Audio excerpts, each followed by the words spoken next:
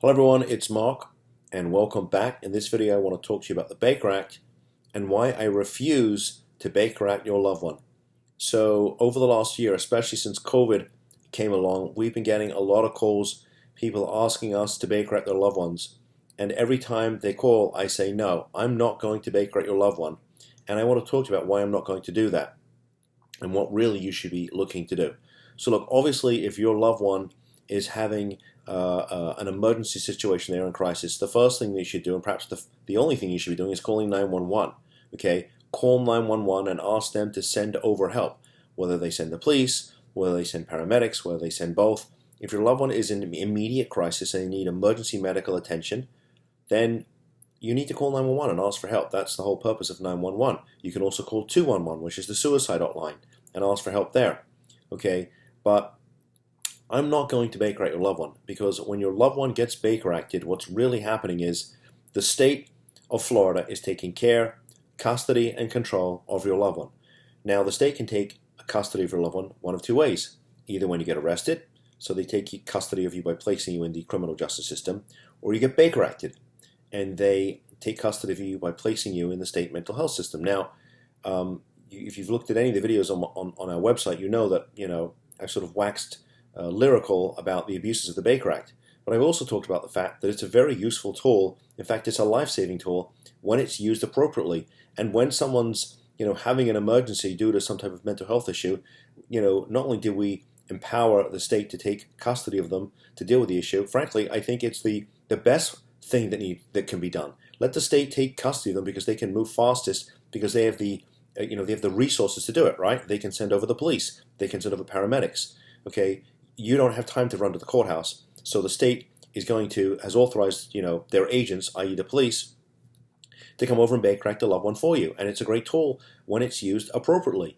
But if you're calling me because you're looking to get your loved one into treatment, and someone has told you that the Baker Act is a tool to do that, I'm here to tell you that it's not. The Baker Act is not a treatment statute. I'm going to repeat that. The Baker Act is not a treatment statute. It is a statute that is intended for emergency stabilization only. And if you Baker Act your loved one, there's one of two things that's going to happen. Either they're going to get released somewhere between 0 and 72 hours after they've been taken, and 72 hours is not going to do really anything for them. They'll probably come out worse. Or the state, which has authorized the Baker Act receiving facility to act as their agent, a bit like a police officer, the state is going to file a petition for involuntary placement, and they're going to look to keep your loved one. They're going to look to basically make your loved one a ward of the state, which means they can, in theory, get a court order to keep them for up to 6 months, and that 6-month period can be repeated, it can be extended, and during that period of time, you're not going to have any say whatsoever in what happens to your loved one. So if you think that by Baker Act them, you're going to get them help, unless it's an emergency, and I keep emphasizing that, unless it's an emergency, then don't Baker Act them.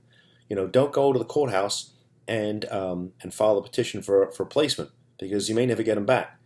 Don't ask a police officer to act as a social worker and Baker Act your loved one because you haven't taken the steps to get them treatment. So look, this is not a finger-pointing exercise to say, oh, you haven't done, families haven't done their job, you haven't taken responsibility. But I get a lot of calls from people, and they're asking me to Baker Act their loved one, when what they should be asking for is either a Marchman Act or a guardianship. Both of those filings, which we can do for you, and which we do a lot of for families all over the state of Florida, and actually many of our clients are actually outside of the state. As long as their loved one is here, we can Marchman Act or Baker Act them. And those are great tools. Why? Because it allows you to stay in control of the situation, and hopefully get your loved one the help that they need, and so that they at some point can, regain the ability to make rational decisions.